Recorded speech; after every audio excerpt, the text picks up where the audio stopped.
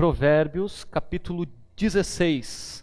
Nós vamos ler assim assentados, como estamos, mas com reverência à palavra daquele que é o nosso Deus, que nos fala através dela. Provérbios 16, verso 1 diz assim: Ao homem pertence os planos do coração, mas do Senhor vem a resposta da língua. Todos os caminhos do homem lhe parecem puro, mas o Senhor avalia o espírito. Consagre ao Senhor tudo o que você faz, e os seus planos serão bem-sucedidos. O Senhor faz tudo com um propósito, até o ímpio para o dia do castigo. O Senhor detesta os orgulhosos de coração, sem dúvida serão punidos. Com amor e fidelidade se faz expiação pelo pecado. Com o temor do Senhor o homem evita o mal. Quando os caminhos de um homem são agradáveis ao Senhor, ele faz que até que os seus inimigos vivam em paz com ele. É melhor ter pouco com retidão do que muito com injustiça. Em seu coração o homem planeja o seu caminho, mas o Senhor determina os seus passos. Amém? Feche seus olhos, vamos orar. Pai, em nome de Jesus Cristo, Pai, estamos diante da Tua palavra. E o que nós queremos nessa noite é ser ministrados pelo Teu Evangelho, pela Tua palavra, por aquilo que o Senhor tem para nós nessa noite. E a oração que eu faço agora, Senhor, é por aqueles que me ouvem, Senhor. É que eles entendam a Tua palavra. E que através de Ti, Espírito Santo, essa palavra seja revelada aos corações. Que os ouvidos agora, Pai, espirituais se abram para entender e compreender aquilo que foi o propósito para o qual o Senhor escreveu e deixou ser escrito essa palavra.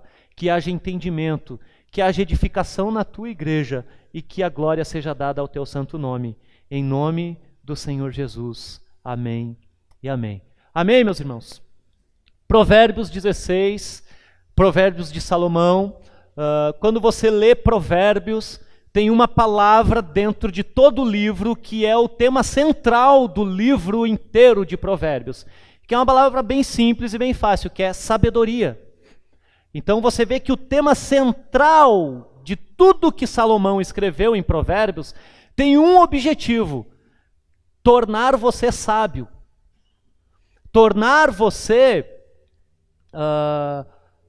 sábio no sentido de evitar as coisas más e andar numa direção das coisas que são boas. Isso é ser sábio.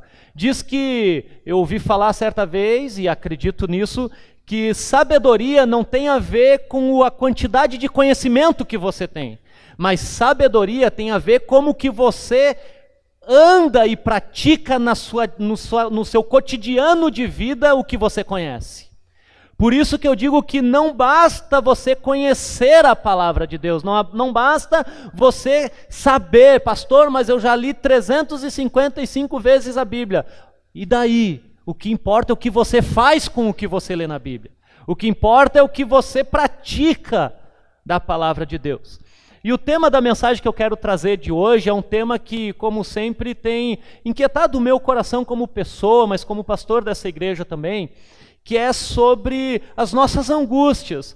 E muitas vezes, uma das principais angústias minha, e que de repente é a sua angústia, é a angústia de perder o controle de alguma situação. E aí então o tema da mensagem é: não tenha medo de perder o controle da sua vida. Tenha medo de andar fora dos caminhos do Senhor. Perder o controle da vida, queridos, muitas vezes faz parte da vida. Você sabe disso. Qual pai aqui que tem o desejo de ver o filho no leito de um hospital? Ninguém. Mas eu pergunto, quantas vezes você já teve que ir para um leito de hospital com o seu filho? Qual família aqui que tem o prazer e a satisfação de receber, por exemplo, uma demissão no trabalho? Tem coisas que fogem do nosso controle. Tem coisas que a gente não consegue deixar que aconteça conforme tudo que nós planejamos. Então, o medo que nós temos que ter não é de perder o controle da vida, porque se até hoje você não perdeu o controle sobre alguma situação na sua vida, meu querido, fique tranquilo, pode ser que amanhã você já perca. Porque a palavra de Deus diz que nós vivemos num mundo que é um caos. E só que nós somos salvos e a gente continua a viver nesse mundo que continua sendo um caos e as coisas ruins continuam acontecendo. E aí tem algumas pessoas que falam que depois que a gente vem para o Evangelho, recebe Jesus, as coisas ruins não acontecem mais. Isso é mentira, porque se você lê o Novo Testamento, se você vê como é que foi a vida, por exemplo, dos apóstolos, você vai ver que eles passaram cortado. Eles perderam o controle de várias situações, mas eles tinham paz no coração e uma certeza, que eles estavam fazendo a vontade do Senhor. E é isso que eu quero falar nessa noite. Você não pode ter medo de perder o controle dos seus planos. Você tem que ter medo de sair da vontade do Senhor. Só que a pergunta é, pastor, o que é a vontade do Senhor? Essa é uma dúvida sempre, porque quando chega o dia mau, quando chega aquela situação que você não tem mais controle, a primeira pergunta que vem é assim: por que eu? Eu sou tão bom, eu sou tão justo, eu sou tão crente, eu sou tão legal, tem gente tão pior que eu. A primeira pergunta que é essa. A segunda pergunta é: por que Deus foi tão injusto comigo? O que eu fiz para Deus me castigar? E a pessoa às vezes fica procurando saber por que Deus permitiu que ela passasse por aquela situação. Quer ver um dos momentos mais difíceis da vida de Jesus? Jesus no Getsêmani. E ele vai para a oração e o nível de estresse, de descontrole emocional ali é infinito, não tem como nós medirmos, ao ponto dele transpirar pelos seus poros gotas de sangue. Então ele parece que está perdendo o controle e Jesus faz uma oração naquele momento. E o que ele fala? Ele diz: Senhor, eu sei que eu estou indo para a cruz. Eu sei, Senhor, que vou morrer. Eu sei que vai ser difícil, não é fácil. A morte não pertence a nós. A morte é nossa inimiga. Por isso que Jesus teve que ressuscitar depois, para vencer aquilo que nos vence. Porque quando nós recebemos Jesus, nós vencemos a morte igual ele venceu. Então, Jesus faz uma oração, ele diz: Senhor, Pai, se possível, passe de mim. Se possível, Senhor, mata o outro. Se possível, Deus, descarregue a sua ira na humanidade, não em mim. E aí Jesus conclui a oração, ele diz o quê? Todavia, seja feita a tua vontade e não a minha. Jesus perdeu o controle da situação? Não. Ele passou pelo momento terrível, mas continuou confiando que ele estava passando por aquilo que era a vontade de Deus. Então, deixa eu te falar a primeira coisa para você aprender nessa noite. Nem sempre a vontade de Deus é chocolate, leite condensado e sorvete. Às vezes, é uma cruz. Às vezes, é o desemprego. Às vezes, é a coisa ruim. Então nem sempre a vontade de Deus é só coisa boa, mas o fim de tudo para aquele que recebe a Jesus e que tem o Senhor é o bom. O fim da história de Jesus não acaba na cruz. Ela começa numa cruz e termina numa tumba vazia. O fim do projeto de Deus era vida e vida em abundância. O fim do projeto de Deus era vencer a morte, porque o Satanás e todos os demônios estavam aplaudindo que Jesus morreu. Enfim morreu o Filho de Deus. E no terceiro dia ele ressuscita, e eu digo que ele bota uma luva de película e dá um tapa na cara do capeta e diz: agora eu ganhei. Agora pertence a mim o domínio sobre a morte, porque a morte não tem domínio sobre Deus. E aí Jesus vence a morte, Porque o projeto de Deus, a gente lê o texto, que a gente vai chegar lá ainda, Deus faz tudo com um propósito, mas o propósito é dele, não o seu. Você tem que estar de acordo com o propósito dele. Então a primeira coisa para você conseguir não se preocupar com a perca de controle dos seus projetos, mas se preocupar em não estar dentro da vontade de Deus, a primeira coisa que eu quero compartilhar com você está nos 2 primeiros versículos que nós lemos, que é: ao homem pertencem os planos do coração, mas é do Senhor que vem a resposta. O homem faz planos, o verso 9 vai falar também sobre os planos. Então a primeira coisa que você precisa entender é que não espere que Deus faça aquilo que é sua responsabilidade. Você precisa planejar, você precisa ter um planejamento de vida. Você precisa sim usar as faculdades mentais que Deus te deu.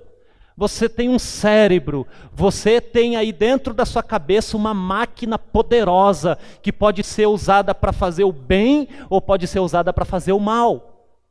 E esse cérebro que você tem aí dentro é o que a palavra de Deus diz, que o homem faz planos e o homem tem que fazer os planos, mas não é planejar e achar que tudo vai dar certo o que ele planejou.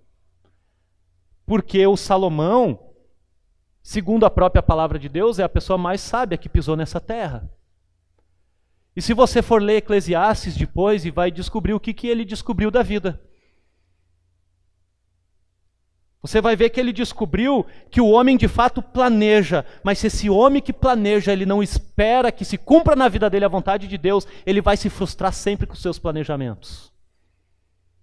Então, querido, como é que eu faço, pastor, para não me desesperar quando eu perder o controle dos meus planejamentos? Confie que a resposta vem do Senhor. O planejamento de vida é sua responsabilidade. Deus não vai planejar a sua vida. Você que escolhe com quem você vai casar. A única coisa que você não escolhe é a cor do filho que vai nascer, porque isso aí é projeto de Deus. Mas a esposa, o marido que você vai ter, você escolhe. E aí não vem depois dizer, porque Deus me deu. Você escolheu estar casado com quem está. Eu sei que às vezes é um presente de grego, né? Tu acha que é coisa boa e depois descobre que é difícil. Mas aí, meu querido, já era. Casamento não é para teste. Ah, pastor, mas eu coloquei na mão de Deus e não deu. É sua responsabilidade. Você tem que dizer, é essa. E eu, graças a Deus, fiz a escolha certa. Cheguei na igreja e foi assim, irmãos. Eu cheguei na igreja, me converti. Aí cheguei na igreja e olhei lá na frente e tinha 3 meninas cantando. Aí eu olhei e disse, a da direita é feia, a da esquerda é fraca de aparência. Mas a do meio, aí estava lá minha esposa cantando. E eu disse, é aquela. Senhor, se o Senhor permitir, eu estou dentro. Ele não disse não e nem sim, eu fui. E estamos aí, 18 anos já, né, amor? 15 casado e 18 de namoro. Minha responsabilidade. Eu falei para ela que a gente passou a crise dos 3 anos de casamento, a gente passou a crise do primeiro, do segundo e do terceiro, e esse ano vamos completar a crise do 15º. Então a gente já passou pelas crises do casamento, mas sempre que veio a crise, no 3º ano de namoro, a gente chamou o pastor lá em casa e disse assim, não dá mais. De casamento, 3º ano de casamento, chamamos o pastor lá em casa e eu disse, pastor, eu sou homem, eu sei minhas responsabilidades, mas eu não consigo mais casar com essa aí que Deus me deu. Não dá, desse jeito não dá. E o pastor disse, não faz isso, meu filho, e chorava comigo. E aí ele disse, você precisa ser ministrado por Deus. E eu virei romântico nessa época, porque eu trabalhava na Gol e a minha função era receber os aviões que chegavam para fazer o checklist de tudo que acontecia em volta do avião. E era tão romântico, parecia que eu estava assistindo, sei lá, Shrek. E aí quando ele vai lá, e aí vinha, eu com a prancheta assim na mão, e o avião vinha e eu chorava, escorria lágrima assim. E eu apaixonado pelo avião, mas na verdade era a crise do casamento. E aí naqueles 3 dias que foram um deserto, calça jeans direto, sabe? Aquela coisa, parece que a cama tem espinho, a comida sem sal, feijão queimado, tudo ruim. Mas foram 3 dias que Deus me ensinou 2 coisas. A responsabilidade de estar casado com ela é sua, você escolheu. Primeiro. E a segunda coisa, você escolheu, arque com suas responsabilidades. Seja homem. Homem não é não errar, homem é assumir o que você faz. E outra, dá uma lidinha em Efésios 6. Aí eu fui ler Efésios. E lá diz assim: maridos, amem as suas esposas como Cristo amou a igreja. Aí eu disse: lascou. Aí depois o outro devocional eu fui ler 1 Coríntios 13. O amor não arde em ciúme, o amor não se ensoberbece, ele não busca os seus próprios interesses, ele não age inconvenientemente. O amor simplesmente ama, o amor simplesmente se entrega, o amor simplesmente perdoa. E eu comecei a entender isso tudo, eu disse: Deus está falando comigo, eu acho. O que eu estou falando com isso, queridos? Porque os planejamentos da sua vida, você escolheu o emprego que você trabalha.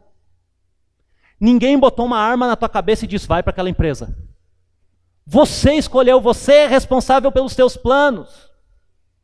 Então a primeira coisa para você não entrar em crise quando seus planos derem errado, é que é normal, você é humano, você vai errar.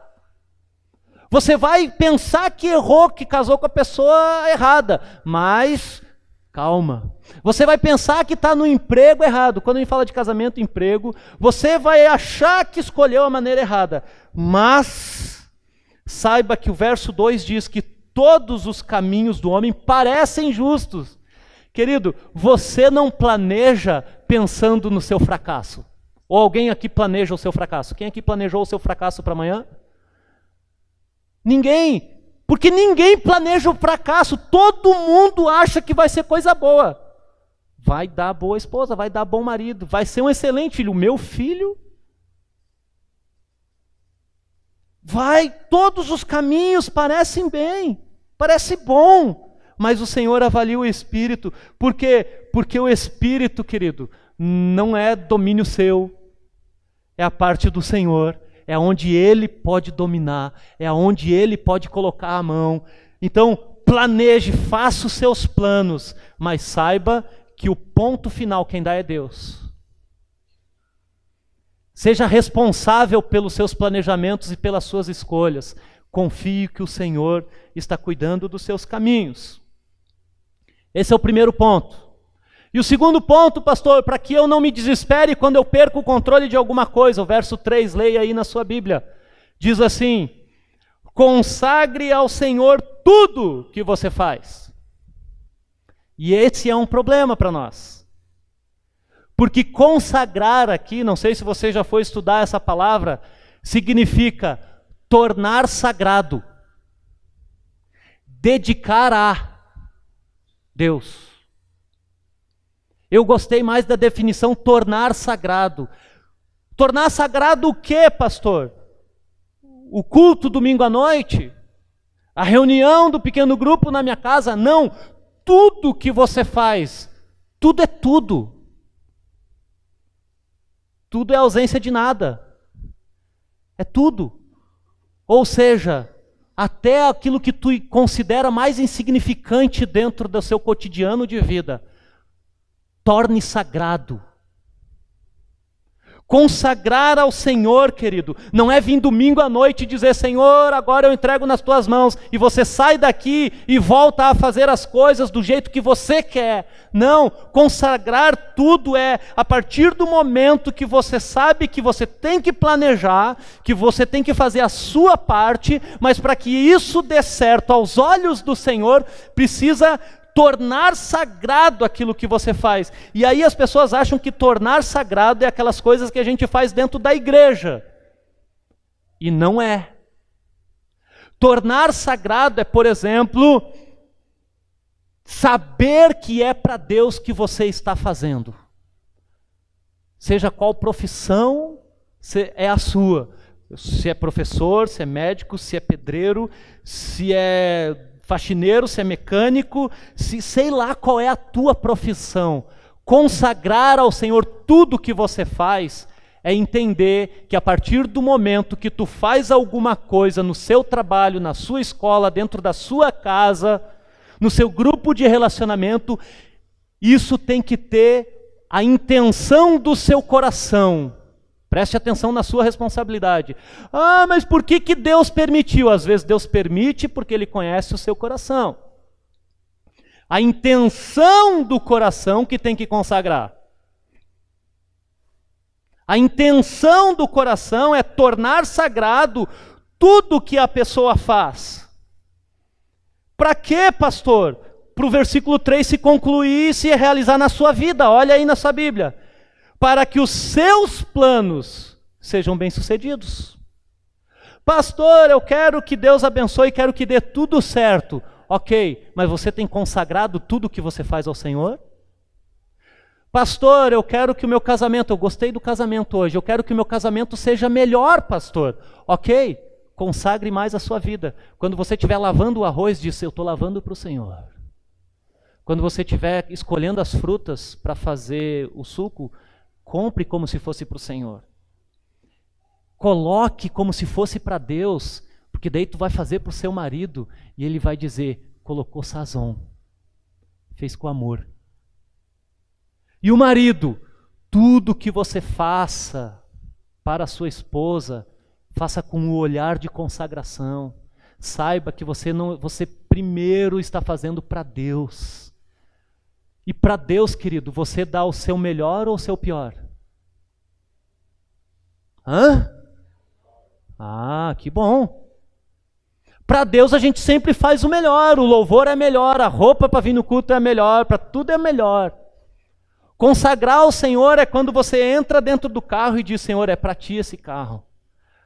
Senhor, quando eu entro no meu trabalho, é para Ti esse trabalho.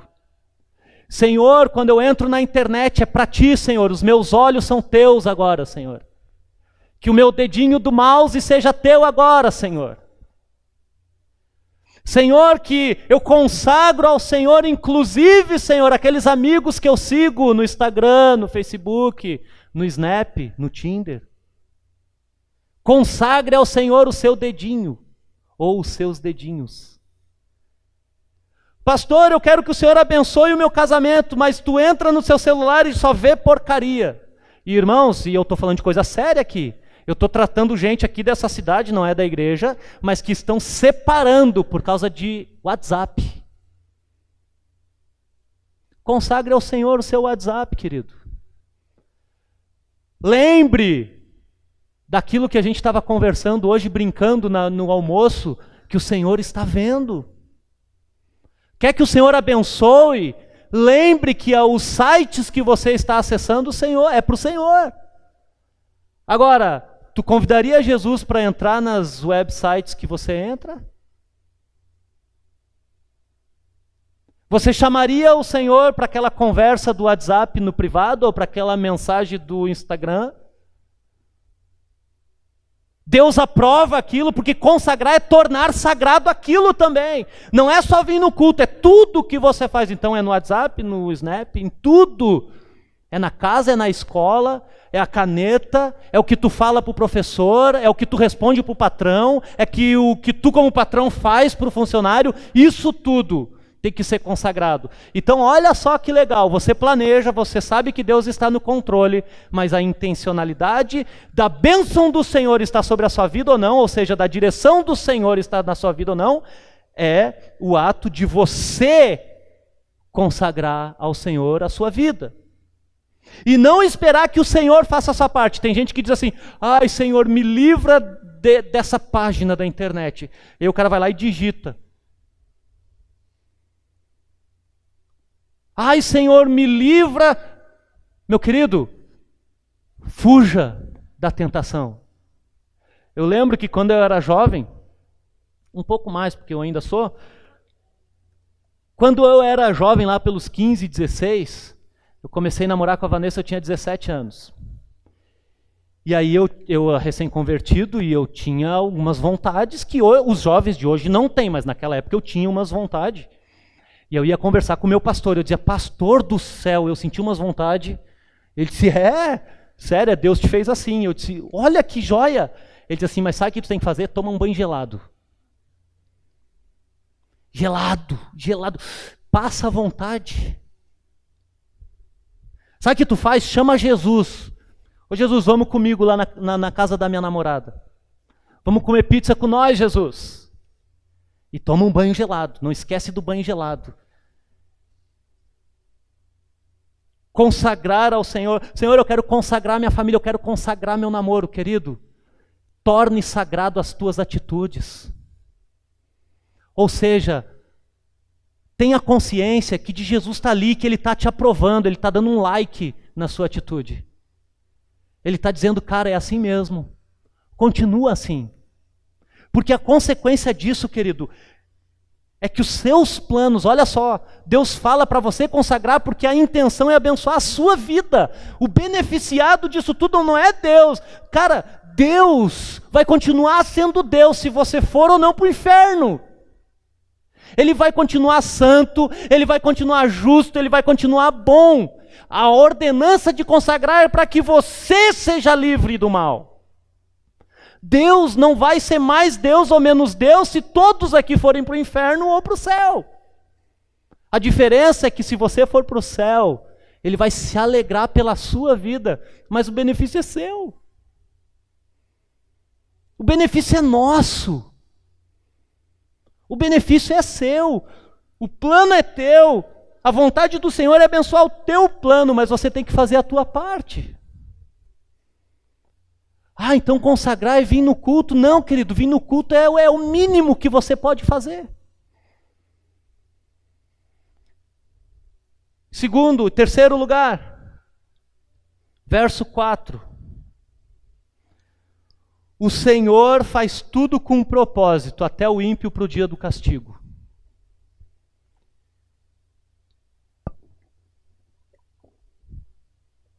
Lembra qual é o tema da mensagem? Você não pode se preocupar por perder o controle da sua vida. Você tem que se preocupar por não estar fazendo a vontade do Senhor.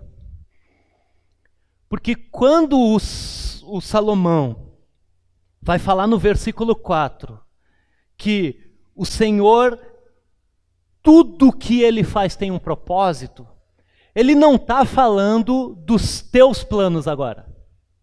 Ele está falando dos planos daquele que é, que era e que há de vir. Aquele que é o alfa e o ômega, aquele que é o princípio e o fim, aquele que conhece todos os dias da sua vida, aquele que tem consciência do que tu era, do que tu é e de aquilo que você vai ser daqui a um tempo que você nem consegue. Você só consegue saber o que tu era e o que tu é hoje. Amanhã tu não sabe nem se tu vai estar falando. Você não sabe, você não tem essa certeza, mas Deus tem, Ele tem um propósito para a tua vida. Por quê? E eu não falo isso, estou profetizando, irmão, Deus tem um propósito. Não, porque é a vontade de Deus. Deus tem um propósito para todos os seres humanos que nascem na terra. Deus tem um propósito para a sua vida. E os propósitos de Deus para a sua vida é que os seus planos sejam bem-sucedidos. É que o plano de Deus se concretize na sua vida. No entanto, contudo, todavia, entretanto, ainda que, tem uma palavra aí chamada ímpio no meio do texto, que também está dentro do propósito do Senhor. E aqui presta atenção agora, tem gente dizendo aí que todo mundo vai ser salvo, todo mundo vai para o céu, Deus é um só, todos os caminhos levam a Deus, o que importa sou eu, o que importa é o que eu penso. Querido, tem ímpio no texto aí que é para o dia do castigo. Sabe o que esse texto está falando? Inferno, ausência plena de Deus, distanciamento completo, sem volta da graça. E isso também está dentro do propósito do Senhor. E Jesus vai dizer que como que eu posso receber a eternidade quando eu venho a Jesus e confio nele como Senhor e Salvador? E para entrar nesse caminho, a porta é larga ou ela é estreita? Não, ela é estreita, é pequeno. Por quê? Porque tem gente que vai ser castigado. E quem é que vai ser castigado? Aquelas pessoas que não fazem aquilo que a gente falou anteriormente. Então eu não estou falando aqui de salvação por obras. Eu estou falando aqui de consciência de vida. Obras para nós cristãos não é algo para receber a salvação. Eu Eu estava falando isso com a turma do batismo ali hoje, porque tem gente que acha que para ser salvo a gente tem que dar uma cesta básica. Para ser salvo eu tenho que fazer o bem para o próximo. Para ser salvo eu tenho que fazer isso. Para ser salvo eu tenho que ir na igreja. Não, querido, nós aqui pensamos diferente. Aqui é porque você é salvo, você dá cesta básica. Porque você é salvo, você faz o bem. Porque você é salvo, você vai para a igreja. Você não faz essas coisas para ganhar a salvação. Você faz essas coisas porque você já é salvo. Mas saiba de uma coisa, nada, absolutamente nada. A palavra de Deus diz que nem um fio da sua cabeça cai sem a presciência de Deus. Ah, pastor, eu não acredito. O problema é teu. Eu acredito. E por isso que estou aqui pregando para você. E aquele que tem ouvido, ouça o que o Espírito diz à igreja. Ah, mas eu não leio assim, a Bíblia foi escrita por homem. O problema é seu. Eu acredito que ela foi escrita por homem, assim como é para homem ler, inspirada pelo Espírito Santo de Deus. Verso 5, o Senhor detesta os orgulhosos de coração, sem dúvida serão punidos. Esse texto está ligado com o contexto que nós estamos lendo, porque quando que uma pessoa não se consagra ao Senhor? Quando que uma pessoa não considera o Senhor em tudo que ela faz? Quando ela é orgulhosa. E o orgulho foi o pecado original que derrubou Satanás primeiro. Ele diz, eu vou ser igual a Deus. Eu vou me assentar no trono. Eu vou ser o cara. Eu aqui onde eu chego, todo mundo me olha diferente. Eu sou o anjo de luz. Caiu, orgulho. Deus detesta. Lembra da mensagem do domingo passado? O que nós temos que odiar aquilo que Deus odeia? E Deus odeia a iniquidade. O que é iniquidade? Uma das coisas que nós aprendemos domingo passado, que iniquidade é a incapacidade de se arrepender. Por exemplo, o orgulho tem a ver com uma pessoa que é iníqua.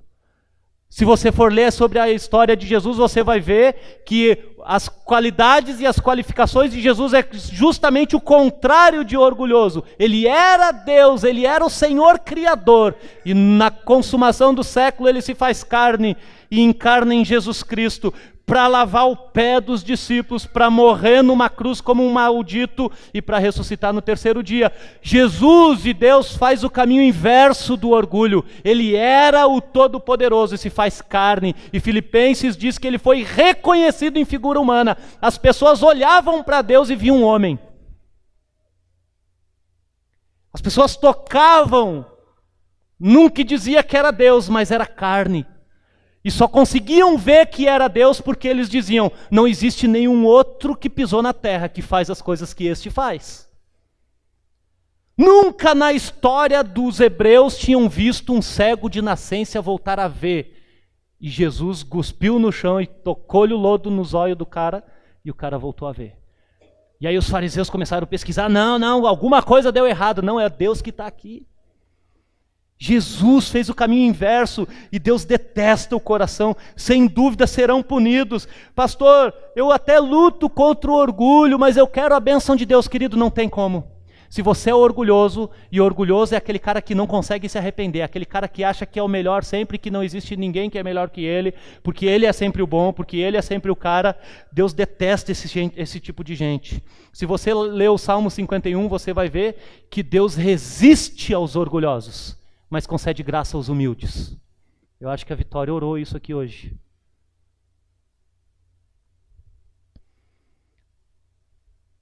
Com amor e fidelidade se faz expiação, verso 6, pelo pecado, com temor o Senhor livra do mal. Ele está falando de Jesus, é Jesus que fez expiação. Expiação aqui é sacrifício que verte sangue para lavar e purificar de pecado. É isso que Jesus faz. Olha só o verso 7. Quando os caminhos do homem são agradáveis ao Senhor, o que é o caminho do homem ser agradável ao Senhor?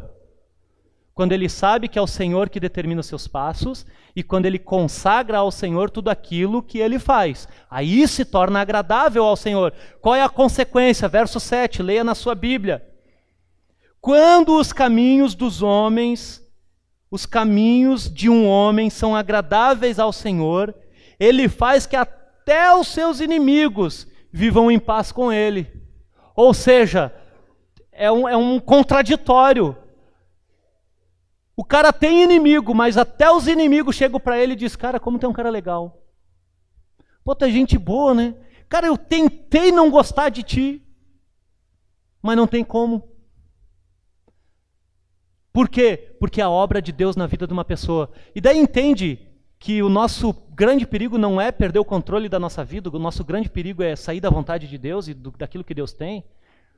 Porque, querido, quem é o inimigo que Deus está falando aqui? É todas aquelas pessoas e todo aquele poder que luta contra a sua vida, contra o teu sucesso, se é que eu posso usar essa palavra. No seu sucesso, não estou falando de sucesso de ter muita grana, de ser bem conhecido, de ser famoso, de ter poder. Eu estou falando de sucesso de ser abençoado por Deus.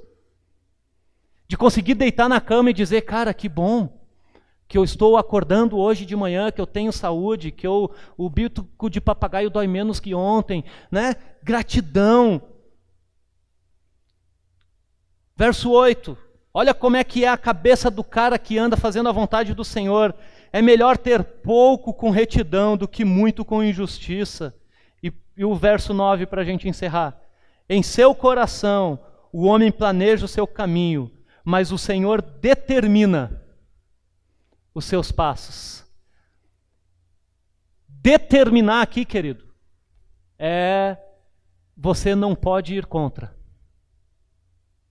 Você faz os seus planos, você consagra a sua vida ao Senhor, você sabe que é o Senhor que faz todas as coisas, você quer fazer para o Senhor, mas saiba de uma coisa, Ele, e somente Ele, tem a palavra de autoridade para determinar as coisas nas nossas vidas. E tu nota que esse texto, eu gostei para encerrar esse texto com esse verso 9, porque ele inverte aquilo que nós estamos acostumados a ouvir hoje aí em nome de Deus. Deus, eu determino que isso, eu determino que aquilo, eu determino. Querido, você não determina nada, quem determina é Deus. Só Ele tem a palavra de autoridade para exercer na sua vida ou na vida de quem for. Você tem que dizer, Senhor, a tua graça me basta e seja feita a tua vontade aqui na terra, como ela é feita aí no céu. Eu não determino nada. É Deus que determina. É a boca de Deus que determina o quê? Os seus passos. A caminhada da sua vida. Quem determina é o Deus Criador dos céus e da terra. E querido, isso aqui não é uma palavra de pressão para ficar com medo. Isso aqui é o que vai fazer você andar com paz na vida. Porque eu não sei quem você teme, mas quando você aceita a Cristo e tem esse Deus por trás de você, você fica na boa. Quando eu estava preparando essa mensagem, eu pensava muito na vida de Jó, na vida de Jonas. Cara, Jonas era um profeta do Senhor. Ele recebeu a ordem do Senhor e andou fora. Ou seja, ele perdeu o controle não por não estar na vontade do Senhor, mas para ir contrário à vontade do Senhor. E Jó é um cara justo. Jó é um cara santo. Deus fala de Jó para Satanás, diz, tem visto o meu servo Jó, homem íntegro, justo, bom pai, bom esposo, um cara excelente nos negócios. Aí Satanás diz para ele, claro, tu dá tudo para ele. Ele diz, então beleza, vai lá. E Jó, qual é o testemunho, qual é a grande mensagem do livro de Jó, querido? É que Jó permaneceu fiel ao Senhor, mesmo que a sua família e seus amigos estavam contra ele. Ele permaneceu fiel, porque ele perdeu o controle de tudo que estava ao seu redor, mas não perdeu a consciência de que estava se cumprindo na vida dele a vontade do Senhor.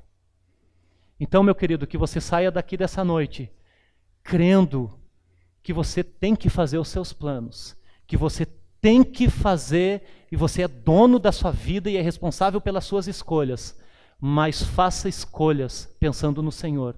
Consagre tudo que você faça ao Senhor e tenha consciência que é Ele que faz tudo com um propósito. E não tem como o propósito de Deus não acontecer, porque Ele determina. E determinação, querido, não tem autoridade maior para resistir àquilo que sai da boca de Deus determinando para a sua vida, para a minha vida e para a igreja do Senhor. Essa é a nossa segurança. Tem um Deus todo-poderoso que cuida da minha e da sua vida. Amém, querido? Vamos ficar em pé.